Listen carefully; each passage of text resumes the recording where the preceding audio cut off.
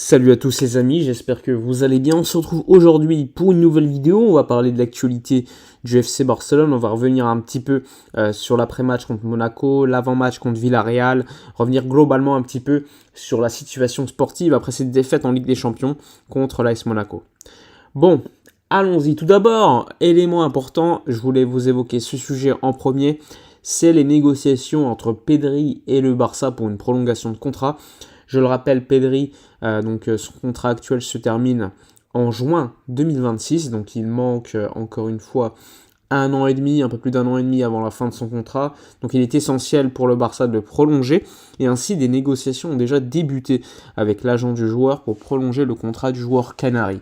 Bon, actuellement, ce qu'on sait, c'est qu'une réunion a eu lieu hier, qu'elle s'est bien déroulée, et que l'entente entre les parties est positive. Donc les discussions ont permis de commencer cette négociation, d'avancer sur des éléments, et donc la base des négociations est très positive. Pedri veut rester, le Barça est prêt à proposer un salaire avec une base également, plus élevée qu'aujourd'hui, mais avec aussi des bonus dépendant du nombre de matchs joués ou des titres. Donc ça, c'est un élément également important parce qu'on sait que Pedri est un joueur qui se blesse beaucoup et que, comme l'avait fait Matteo Alemany à partir d'un moment, ça n'avait pas de sens de payer certains joueurs de manière très élevée alors qu'ils se blessaient beaucoup. Et en ce sens, le Barça préfère désormais mettre des bonus par rapport au nombre de matchs joués. Donc ça va être le cas pour Pedri. Les négociations ont débuté, c'est plutôt positif. Maintenant, il faudra patienter. Il y a un autre joueur que le Barça d'ailleurs veut rencontrer, ou son agent, de manière très rapide. Il s'agit de Gavi.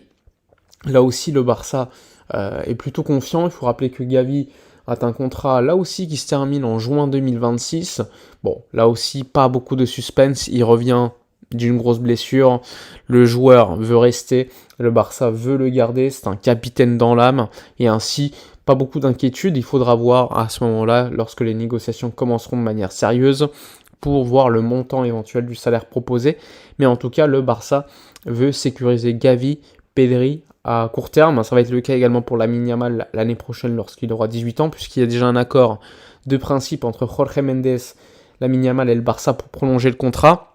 Néanmoins, le contrat sera déjà revu à la hausse parce qu'il y avait déjà un accord pour une future prolongation.